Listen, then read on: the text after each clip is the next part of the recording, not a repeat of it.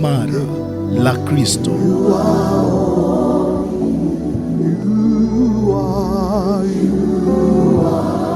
Taifa imara.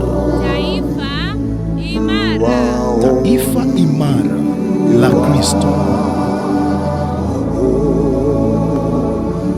Karibu tena ndugu msikilizaji wa Radio Wapo FM katika kipindi cha Taifa Imara la Kristo, kipindi kinachorushwa hewani kila siku ya Jumamosi hapa Radio Wapo kuanzia saa 2 kamili usiku. Hapo tutapata nafasi ya kujifunza maandiko matakatifu na wasaa mzuri wa kuomba kwa kadri Roho wa Mungu atakavyotuongoza. Na kabla hatujaendelea na sehemu ya neno kwa siku hii ya leo, nitumie wakati huu kuwashukuru wale ambao kwa kusikiliza vipindi hivi vya Taifa Imara la Kristo wamekuwa wakiguswa na kubarikiwa na mfumo wetu wa mahubiri na maombi, kwa vile ambavyo Roho wa Mungu anatuongoza kuhubiri na kuomba, na wamekuwa wakituma sadaka zao ambazo zinatuwezesha kuendelea kuwepo hewani kila Jumamosi. Nikukaribishe pia hata wewe ambaye leo ndo mara yako ya kwanza kusikia kipindi hiki. Utakapobarikiwa na mafundisho haya, ni jambo jema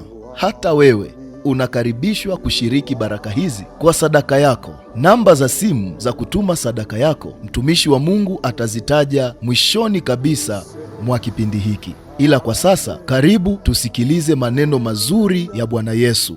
Kumbuka, anayetafakari maandiko matakatifu pamoja nawe siku hii ya leo kwa msaada wa Roho Mtakatifu ni mimi mtumishi wa Mungu Reverend Sigmund Lack, muasisi na mwanzilishi wa huduma ya Strong Nation Ministry. Karibu tujifunze neno la Mungu. Sasa, Jumamosi iliyopita tulikuwa tunaangalia habari kutokea kwenye kitabu kile cha Marko sura ya 5 kuanzia mstari wa 21, ambao pia ni habari hiyo hiyo imeandikwa kwenye kitabu cha Luka sura ya 8 kuanzia mstari wa 40. Sasa kwa kifupi tu, kwa wale ambao hawakupata neema ya kusikiliza juma lililopita, tulikuwa tunaangalia habari ya kuhani Yairo, mtu mkuu kwenye sinagogi, ambaye alikuja kwa Yesu akiwa ameanguka kwenye miguu ya Yesu. Anamwambia, Bwana, ninakusihi uje nyumbani kwangu kwa sababu binti yangu wa miaka 12 hawezi, ni mgonjwa. Ninakusihi uje umguse. Na tukaona namna ambavyo Yesu akaacha kila kitu na akaanza safari ya kuelekea nyumbani kwa Yairo. Sasa wakiwa njiani, wanakutana na mwanamke aliyekuwa na tatizo la damu, tatizo la kutokwa na damu miaka 12. Sasa kuna mengi niliyazungumza pale, na leo tutaanzia hapo kuendelea mbele, kwa sababu tunahitaji kufika nyumbani kwa Yairo, yule ambaye ameanzisha safari hii ya Yesu. Ijapokuwa njiani wamekutana na mambo haya yaliyokuwa yakimsonga Yesu, lakini mwisho wa safari yetu tunahitaji kufika kwa Yairo. Kwa hiyo twende polepole, tuone yamkini kama leo tutafanikiwa kufika nyumbani kwa Yairo. Haya, tunasoma katika kitabu cha Marko, ni mstari wa 25. Marko sura ya 5 mstari wa 25. Tuanze tena pale.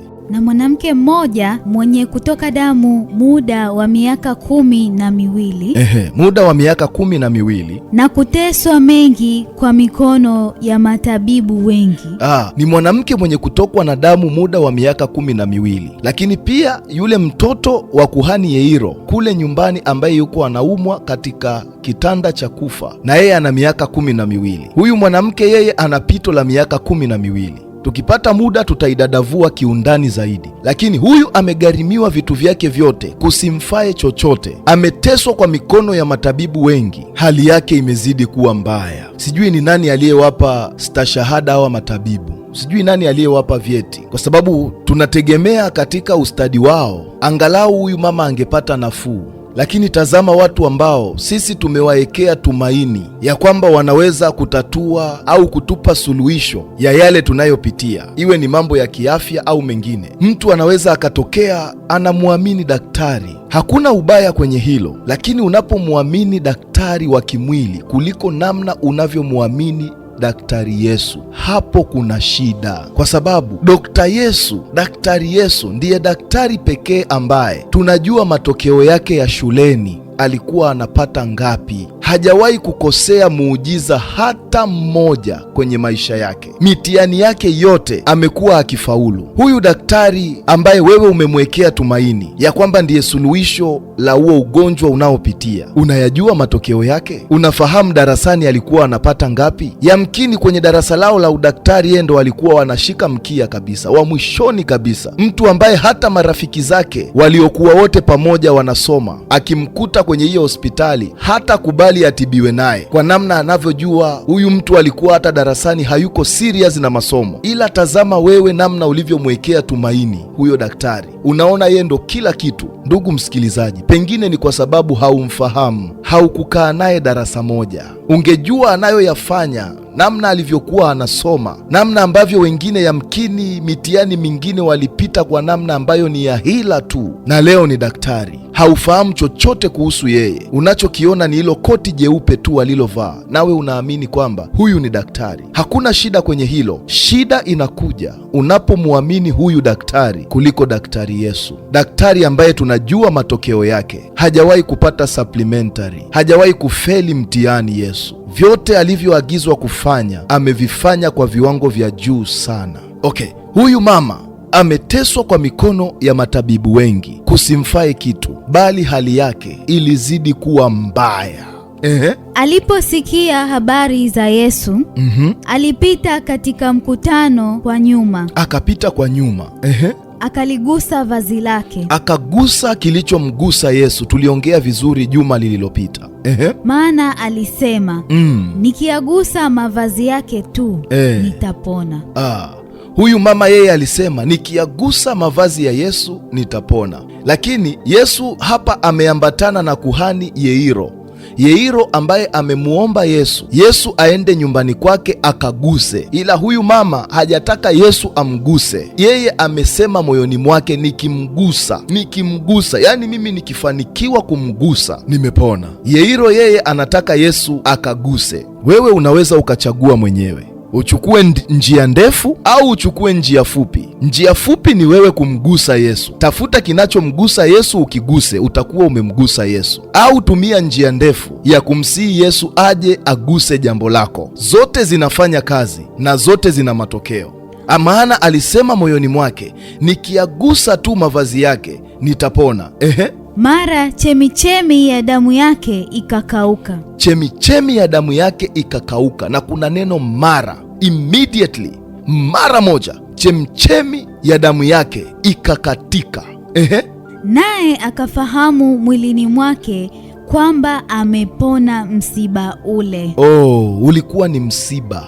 Yeye ndo alikuwa anapitia hali hii, na alipopona alijua nafsini mwake, nimepona. Hakuwa na haja ya kwenda uani kujiangalia nimepona au sijapona. Alijua nafsini mwake, nimepona huu msiba, nimepona msiba. Mara Yesu hali akifahamu nafsini mwake kwamba nguvu zimemtoka. Mara Yesu akifahamu na yeye nafsini mwake ya kuwa nguvu zimemtoka. Kuna mahali ndani ya Yesu panahusika na kutunza nguvu zake, na Yesu analifahamu hili eneo vizuri kuliko hata sisi watumishi wa Mungu wengi. Yesu anafahamu sehemu fulani ndani ya mwili wake inayohusika na kutunza nguvu. Akajua kuna mtu ameingia na amechukua kitu, ametoka na kitu. Kuna mtu ametoka na nguvu hapa. Akageuka kati ya mkutano. Akageuka, safari ikasimama, maana walikuwa wana safari ya kuelekea mahali fulani. Wakasimama wote, Yesu akasimama. Akasema, anageuka. Yesu anageuka huku na huku. Akasema, ni nani aliyenigusa vazi langu? Ni nani aliyenigusa vazi langu? Oh my God. Kipindi kilichopita nimekuambia vazi lilikuwa limemgusa Yesu. Kwa hiyo unapogusa vazi umemgusa Yesu. Kwa hiyo kugusa kilichomgusa Yesu. Yesu anapogeuka na kutazama, huwa anatafuta ni nani aliyegusa, ni nani aliyenigusa. Hebu tukaisome kwenye Luka. Tutasoma kwenye Luka sura ile ya 8 mstari wa 43. Ni habari hii ya huyu mama. Na mwanamke mmoja ambaye ametokwa na damu muda wa miaka 12, aliyekuwa amegharimiwa mali zake zote kwa kuwapa waganga, asipate kuponywa na mtu yeyote. Asipate kuponywa na mtu yoyote yule. Sijui kama wewe una tatizo ambalo watu wote wamejaribu na hakuna aliyefanikiwa. Leo nina habari njema kwako. Yuko ambaye amebobea kwenye mambo yaliyowashinda wanadamu wote. Anaitwa Yesu Kristo wa Nazareti. Endelea. Alikwenda nyuma ya Yesu huku, akaugusa upindo wa vazi lake. Akagusa upindo wa vazi lake. Na mara hiyo kutoka damu kwake kulikoma. Na mara hiyo kule kutokwa kwake na damu kukakoma. Yesu akasema, ni nani aliyenigusa? Umeona, kwenye Marko anasema, Yesu akasema nani amegusa vazi langu, ila Luka ameiweka vizuri. Yesu huku hasemi nani amegusa vazi langu, yaani baada ya mtu kumgusa mjane, kumsaidia mjane kitu fulani, Yesu anapogeuka na kutazama, hasemi nani aliyemgusa huyu mjane, hasemi nani aliyegusa huyu yatima, hasemi nani huyu ambaye ameenda kutembelea wafungwa. Yesu anasema ni nani aliyenigusa namna hii? Nani aliyenigusa namna hii? Ni nani aliyenigusa? Basi watu wote walipokana, Petro akamwambia. Bwana mkubwa, makutano haya wanakuzunguka. Makutano haya yote wanakuzunguka. Hapa kanisani watu wako wengi. Tukisema nyosha mikono tuombe, kila mmoja amenyosha mikono anaomba. Tukisema ni muda wa kutoa matoleo, wanaokuja kutoa matoleo wanakuja wengi kwa mstari, wamejipanga. Wewe unasema ni nani amenigusa? Petro anamwambia Yesu, Bwana mkubwa, makutano haya yote wanakuzunguka na kukusonga. Uoni watu wote hawa wanaomba, maombi yanakuzongazonga. Yesu akasema, sikiliza Petro, mtu alinigusa. Kuna mtu amenigusa katikati ya hawa wote unawaona wanaomba. Lakini katika hawa watu wote wanaoomba, mchungaji, yuko mmoja aliyenigusa. Katika hawa wote wanaosikiliza kipindi cha Taifa Imara, kuna mmoja, sijui yuko maeneo gani, ila namna anavyokusikiliza unavyohubiri, namna anavyokufuatilia kwa umakini na usikivu mkubwa moyoni mwake, huyu amenigusa. Yamkini ingekuwa ni mimi, ningetoa majibu kama ya Petro, ya kwamba Bwana mkubwa, hauoni redio hii inasikilizwa na watu maelfu? Na Yesu angenipa jibu hili, sikiliza mtumishi wangu, ni kweli wanasikiliza watu elfu mara 10,000, lakini katika hawa wote wanaonisikiliza kuna mmoja, ile namna anayonisikiliza nayo kupitia sauti yako, huyu amenigusa, na niko tayari kumfanyia lolote atakaloniomba kabla kipindi hiki hakijamalizika, kabla haujaondoka hewani. Mtumishi wangu, niko tayari kumfanyia lolote atakaloniomba, kwa sababu ya tabia yake hii anayoionyesha na nidhamu hii anayoionyesha kwenye kukufuatilia na kukusikiliza hatua kwa hatua. Oh my God.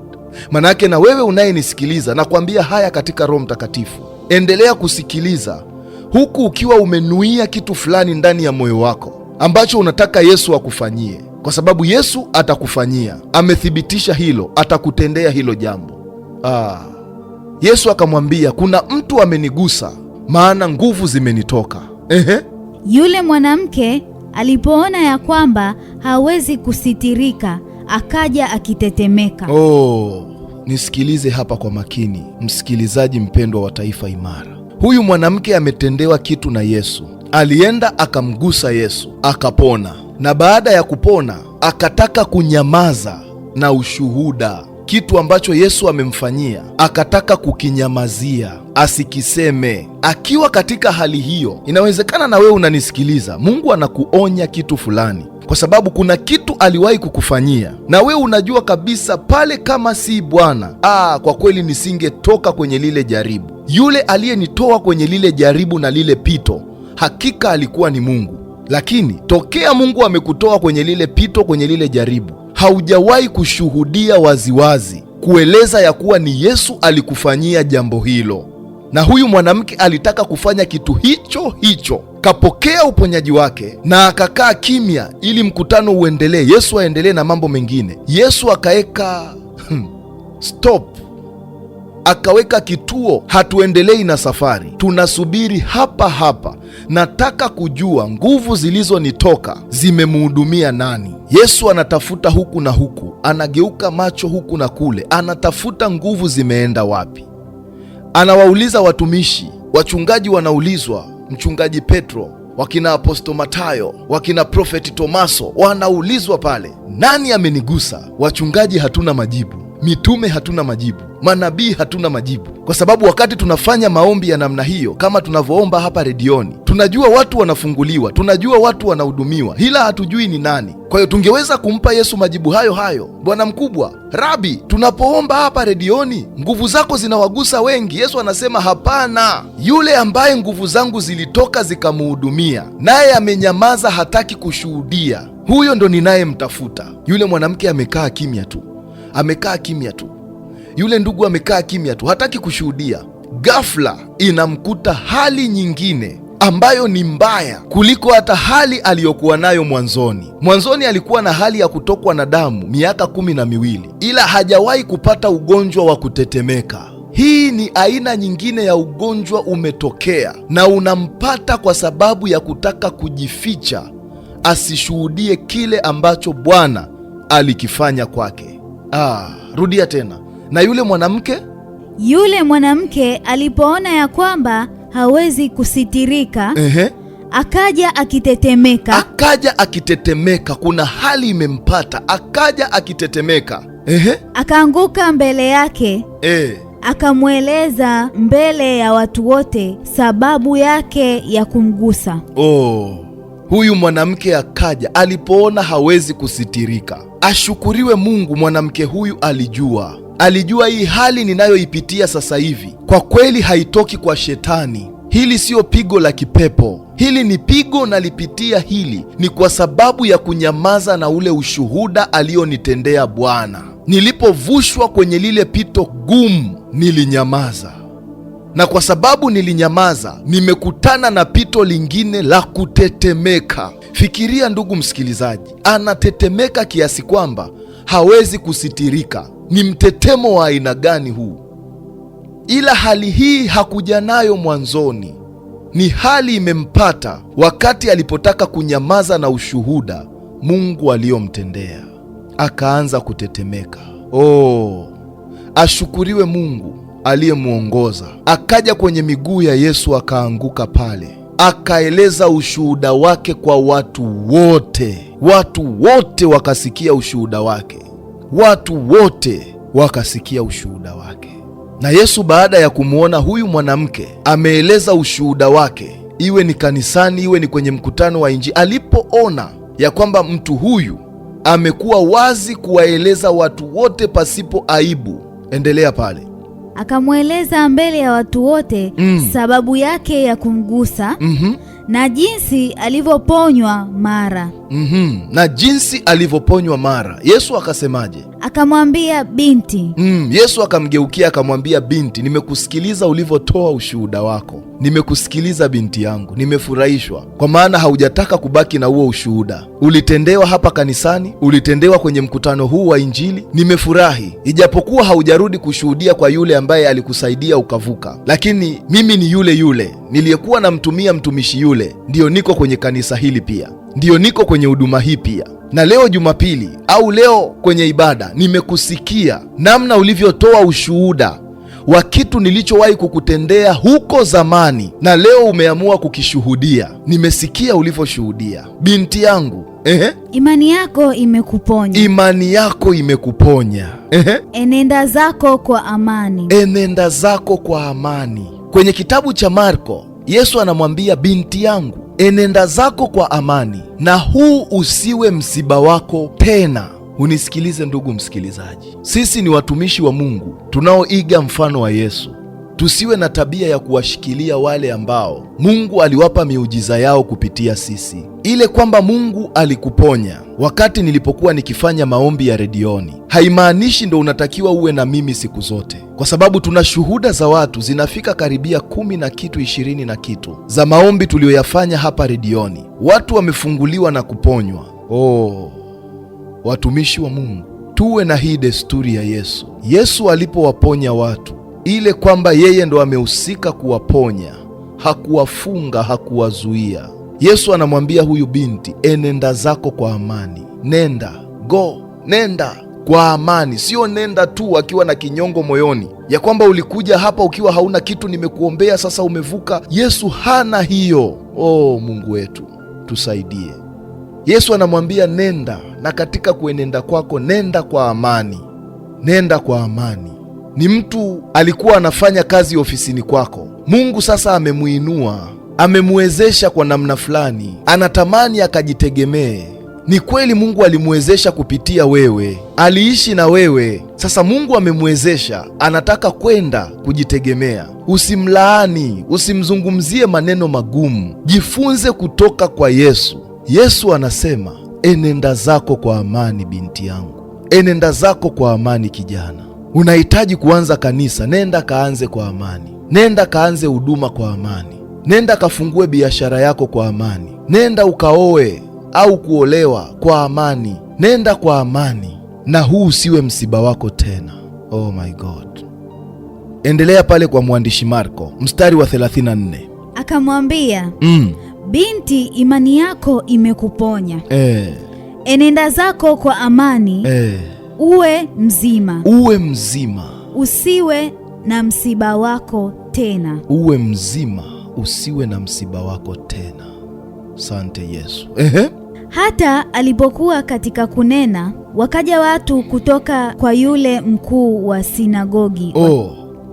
Hata alipokuwa akinena na huyu binti kwamba binti, enenda zako kwa amani, uwe mzima, na huu usiwe msiba wako tena, wakaja watu kutokea nyumbani kwa yule Yairo, ambaye tokea mwanzoni, ambaye ndo tulikuwa tunasoma habari yake, ila hapa katikati mambo mengi yameingia. Wakaja watu kutokea nyumbani kwa kuhani Yairo, yule ambaye alisema, Yesu, naomba uje kwangu, binti yangu anaumwa, hawezi, yuko katika hali ya kufa, naomba uje umguse.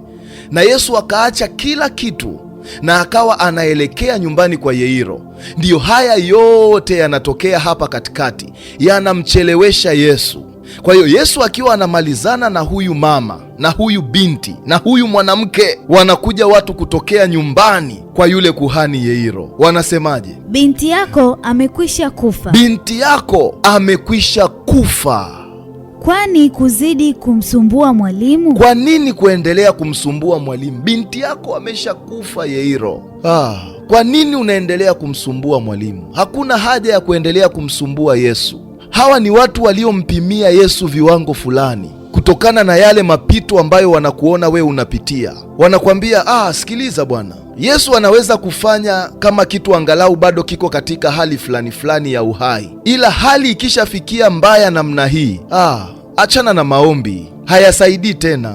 Kama ni kufeli, umesha feli tu, maombi hayasaidii tena. Usimsumbue mwalimu. Kwa nini kuendelea kumsumbua mwalimu? Binti yako, biashara yako, hii ndoa yako, kama ulishindwa kuiombea wakati bado mko pamoja, sasa hivi ndo mmeshaachana kabisa, usimsumbue tena Yesu. Yesu hawezi kufanya lolote ndoa ikishafikia kwenye kiwango hiki cha watu, kama ni talaka imeshaandikwa au ni talaka wanaisubiria iandikwe. Kwenye hivi viwango Yesu hawezi kufanya lolote. Ndio nakusaidia kutafsiri kitu ambacho hawa watu wanamwambia Yairo, na Yesu amekaa pale anawatazama tu, namna wanavyompa habari mbaya, namna ambavyo wanamchorea Yesu mstari. Binti yako ameshakufa, kwa nini kuendelea kumsumbua mwalimu?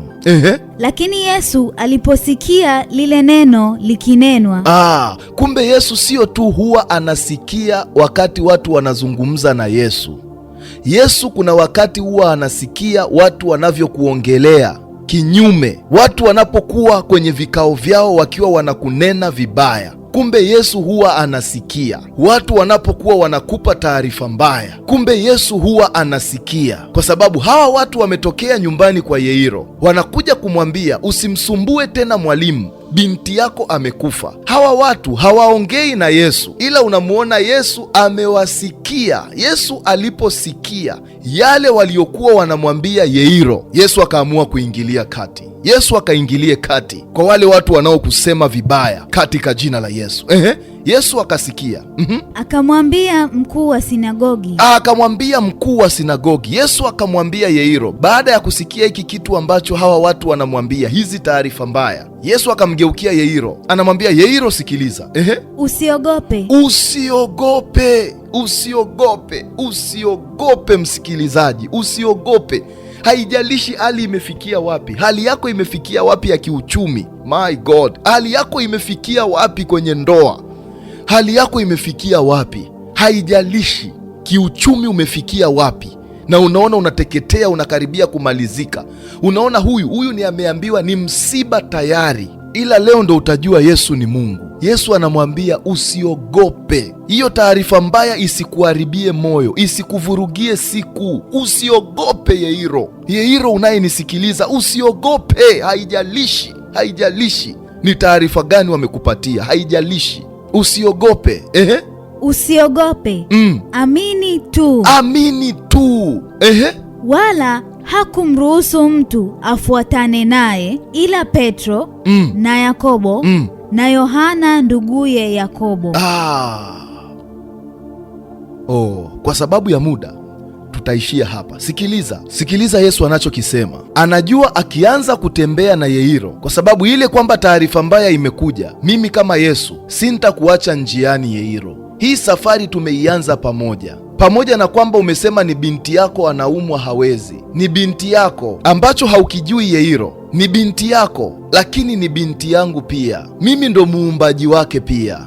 Maumivu unayoyasikia Yairo kwa sababu ni binti yako, maumivu hayo nayasikia pia mimi. Ni biashara yako, lakini ni biashara yangu pia. Yesu anasema hivyo kwa sababu anajua, anakumbuka, anajua namna ulivyo mwaminifu kwenye kumtolea. Hata sadaka unazotoa, unatoa kwenye hiyo biashara. Kwa hiyo hii biashara siyo ya kwako tu, hii ni biashara yako na ni biashara yangu pia. Kwa hiyo anauweka moyo wa Yairo vizuri kwanza. Usiogope, amini tu. Baada ya kumuhubiria Yairo, mkutano wote wameshasikia taarifa mbaya ya kwamba binti amefariki, hayupo hai tena, na Yesu anajua hali za mioyo ya wale anaotembea nao. Biblia inasema hakuruhusu mtu yoyote amfuate isipokuwa Petro, Yohana na Yakobo. Hao watatu pamoja na mzee Yairo, watu 4. Japokuwa ni umati mkubwa ulikuwa ukimfuata Yesu, Yesu anawaambia ule umati mkubwa wote wasubiri, pamoja na wanafunzi wake wale 9 wasubiri. Yesu hajawahi kumwambia mtu asimfuate, ila leo kwa mara ya kwanza tunamwona Yesu anawaambia watu wasimfuate kwa sababu ya kile kitu walichobeba. Wameshasikia taarifa mbaya, mioyo yao imeingia hofu, ila kuna watatu wanajua hawaingiagi na hofu kiurahisi. Petro, Yohana na Yakobo, kuna namna amewatengeneza kiutofauti, alafu anautengeneza na moyo wa Yairo haraka, alafu watu wote anawaamuru wabaki pale, pamoja na waliomletea taarifa Yairo, wote anawaamuru wabaki. Biblia inasema hakuruhusu mtu afuatane naye isipokuwa Petro, Yohana na Yakobo. Sasa Jumamosi ijayo tutaendelea, kwa sababu safari bado inaendelea. Tunaelekea nyumbani kwa kuhani Yairo, mahali ambapo sasa hivi hakuna mgonjwa, ni msiba tayari. Watu wameshakodisha matenti, ni msiba, watu wako msibani na Yesu ndo anakuja. Zipo kanuni nyingi sana, tunaenda nazo polepole kwa kadri Roho wa Mungu anavyotusaidia. Hatuhubiri ili tumalize, tunahubiri ili watu wanaotusikiliza waweze kuzijua hizi kanuni na siri zilizojificha katikati ya maandiko matakatifu. Nikuombee ndugu msikilizaji, katika jina la Bwana. Bwana Yesu, ninakushukuru. Asante kwa namna ambavyo unafungua fikra zetu na fahamu zetu kila siku pole pole. Ninakushukuru kwa ajili ya huyu msikilizaji wa kipindi cha Taifa Imara la Kristo. Asante kwa maarifa unayoendelea kumpatia, nami ninambariki kwa jina lako Yesu. Akazidi kustawi, akazidi kuneemeka, jina lake likazidi kufahamika kwa mambo mema. Mikwamo yoyote aliyokuwa anaipitia, ninatangaza upenyo kwake kwa jina la Yesu, kwa kupitia Roho wako Mtakatifu. kamjalie umakini na usikivu wa neno lako, sio kwenye kusikiliza kipindi hiki tu cha Taifa Imara, bali na vipindi vingine vinavyoendelea na wale watumishi wa kweli wa Mungu. Ukamjalie msikilizaji huyu kuwa na usikivu na sikio la usikivu kusikiliza maandiko yako, hata kwa watumishi wengine ambao Yesu unawaamini, uliowachagua ukawaita kwa jina lako. Msaidie huyu msikilizaji, mkutanishe na watumishi wa kweli wa Mungu, ili maisha yake yazidi kustawi na kuneemeka, aone furaha ya kuishi ndani ya wokovu akiwa hapa duniani. Katika jina la Yesu Kristo tumeomba na kuamini, amen. Ndugu msikilizaji, endapo una maswali, maoni au ungehitaji maombezi, unaweza ukawasiliana nasi kupitia nambari 0757274220, 0757274220. Lakini pia kwa namba hizo unaweza ukatuma sadaka yako ili kuwezesha kipindi hiki kuendelea kuruka hewani kwa siku zijazo. Nambari ni 0757274220,